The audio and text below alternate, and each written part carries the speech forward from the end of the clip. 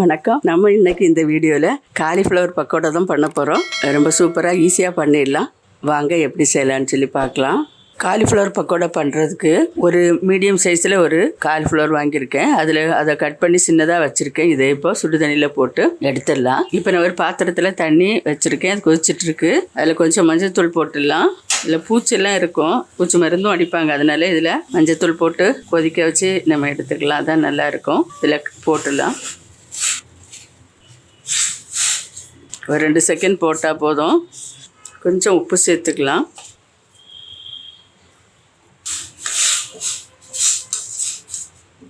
இனி அடுப்பு ஆஃப் பண்ணிடலாம். இப்போ இனி எடுத்துடலாம். இதை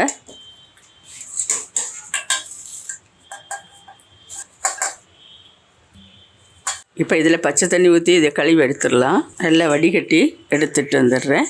இப்போ காலிஃப்ளவர் பக்கோடாவுக்கு தேவையான மசாலா ரெடி பண்ணிடலாம். அதுக்கு 1 ஸ்பூன் எலுமிச்சஞ்சாறு சேர்த்துக்கலாம். இதில் 2 டேபிள் ஸ்பூன் கடலை மாவு, 1 டீஸ்பூன் இஞ்சி பூண்டு பேஸ்ட்டு, பச்சரிசி மாவு 1.5 டேபிள் ஸ்பூன் பச்சரிசி மாவு, 1 டீஸ்பூன் ஆச்சி கறி மசாலா தூள், 1/4 டீஸ்பூன் மஞ்சள், 1/4 டீஸ்பூன் சீரகம், 1/4 டீஸ்பூன் மிளகு, 1/2 டீஸ்பூன் உப்பு, தேவையான அளவு உப்பு எடுத்துக்கோங்க. 1 teaspoon Kashmiri chilli powder, 1 teaspoon நம்ம வீட்டில் இருக்கிற மிளகாத்தூள். இனி எல்லாம் சேர்த்து மிக்ஸ் பண்ணிடலாம். கடலை மாவு 2 டேபிள் ஸ்பூன், கார்ன்ஃப்ளவர் மாவு 1.5 டேபிள் ஸ்பூன், இஞ்சி பூண்டு paste 1 teaspoon, Kashmiri chilli powder 1 teaspoon, சாதா சில்லி பவுடர் 1 டீஸ்பூன், ஆச்சி சிக்கன் மசாலா தூள் 1 டீஸ்பூன், 1/4 டீஸ்பூன் மஞ்சள், 1/4 டீஸ்பூன் சீரகம், 1/4 டீஸ்பூன் மிளகு எல்லாம் சேர்த்துக்கலாம்.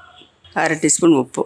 இந்த எலுமிச்சம்பழத்தோட சாறு ஒரு டீஸ்பூன். இனி எல்லாம் சேர்த்து நல்லா மிக்ஸ் பண்ணிடலாம். இதில் கொஞ்சம் தண்ணி சேர்த்துக்கலாம். ஃபஸ்ட்டே நிறைய தண்ணி ஊற்றி மிக்ஸ் பண்ணக்கூடாது. தண்ணி அதிகப்பட்டுன்னா மறுபடியும் கடலை மாவு சேர்க்கணும். கடலை மாவும் கார்ன்ஃப்ளவர் மாவும் கொஞ்சம் சேர்க்கணும். நம்ம அதனால் கொஞ்சம் கொஞ்சமாக தண்ணி ஊற்றி சேர்த்து கலந்துடலாம்.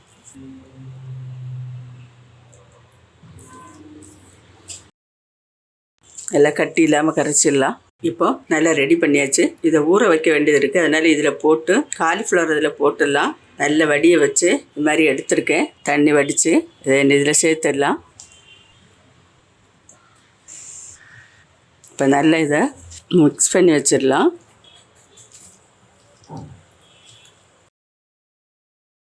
இப்போ நல்லா மிக்ஸ் பண்ணியாச்சு. ஒரு 10லேருந்து 15 நிமிஷம் ஊறட்டும். மூடி வச்சிடலாம்.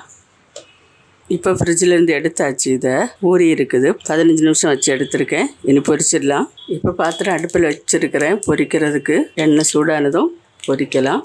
இப்போ போடலாம்.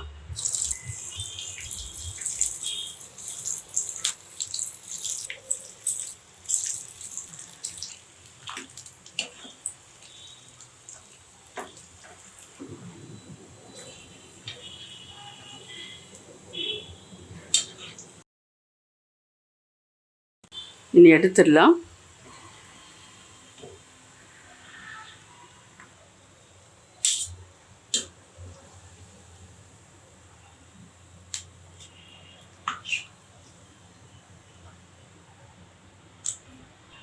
இது மாதிரி எல்லாத்தையுமே பொரித்து எடுத்துக்கலாம். கொஞ்சமாக கலர் பொடி சேர்த்துருக்கேன்.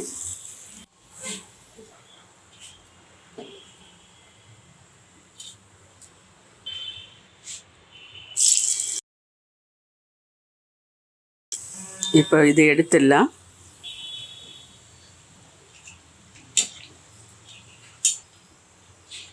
இப்போது காலிஃப்ளவர் பக்கோடா சூப்பராக ரெடி ஆயிடுச்சு.